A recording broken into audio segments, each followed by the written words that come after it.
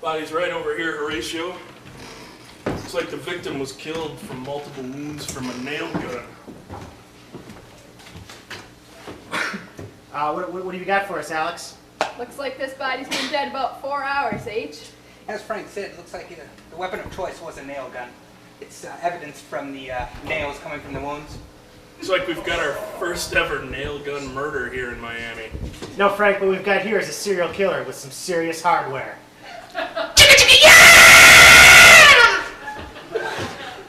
No, wait, Frank, Horatio. This is the first murder by nail gun ever in Dade County. The first, ever.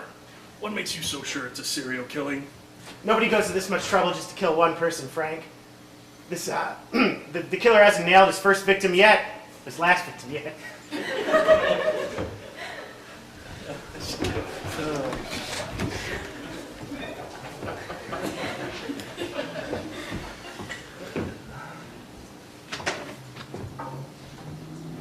Looks like you were right, Horatio. We've got another victim. Looks like the body's been dead about 6 hours, H. And the same MO, too. I told you this was going to happen, Frank. Hold on a second, it's Callie. Tell me something good. Well, we are absolutely correct. It's definitely nails in that body. Great work, Callie. Have you got anything else? Yes, I do. I'm 100% confident that the weapon of choice was a nail gun. Did you test for this? I did.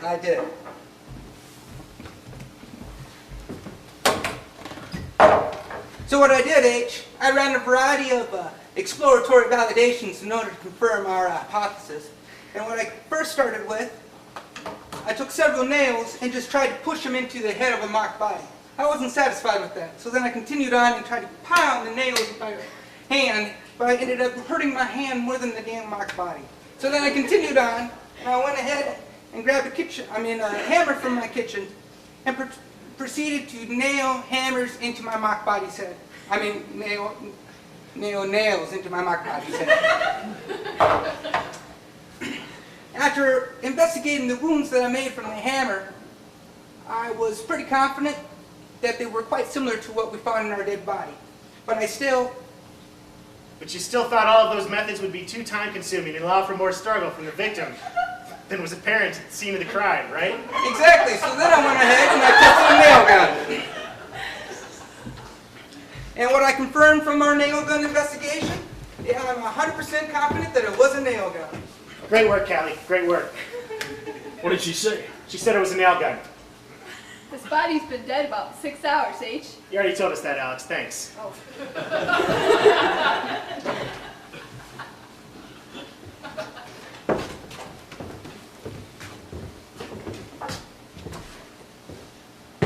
What are you thinking, Horatio? I don't know. I don't know. This is a tough nut to crack. I mean, we've got a killer who kills with a nail gun for no obvious reason. It's a mystery. I wonder, though. I wonder if it's related to drugs somehow. Drugs? Well, it just seems like a lot of things are related to drugs around here.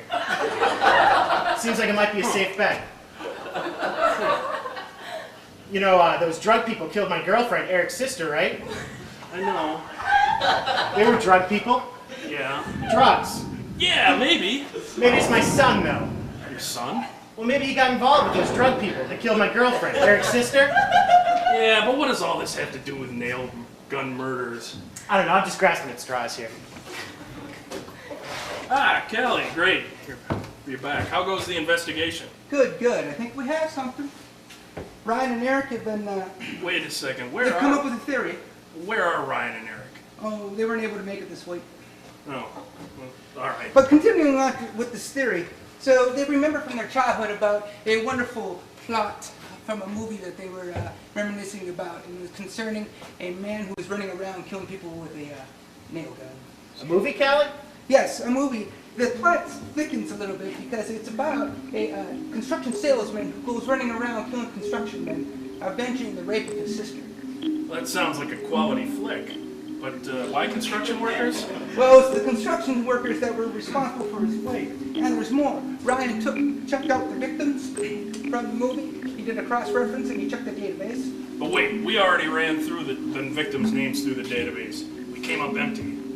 Yes, he ran into that problem too. However, he cross-referenced it to a bunch of unsolved rapes. And what did he find? What did he find? Well, let me check my notes really quick. He ended up finding a case that was dropped after an initial report containing 3 names as perpetrators, 2 of which were the first 2 victims. And did the victim have a brother? Well, that's the weird part. She was an only child. In other words, another dead end. Maybe if you told that story again, but slower and simpler. Not this week, Frank.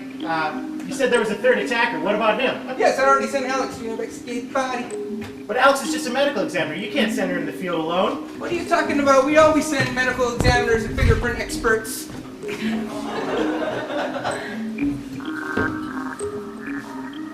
Alex! Thank God you're all right. Hey, Alex. Body's been dead about 3 hours, H. Great work, Alex. I'm really glad you're safe. Well, it looks like there are definitely nails in that body. Looks like our nail gun massacrer has struck again. Appears so, Frank. But this appears to be his last victim. This killer's nailed his last victim.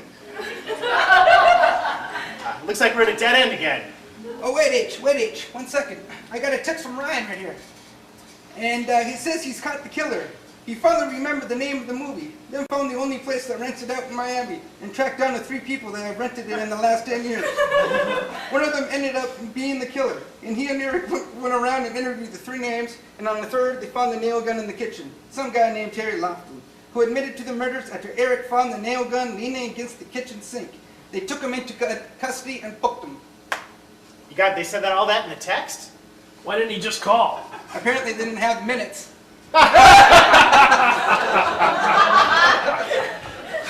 The end.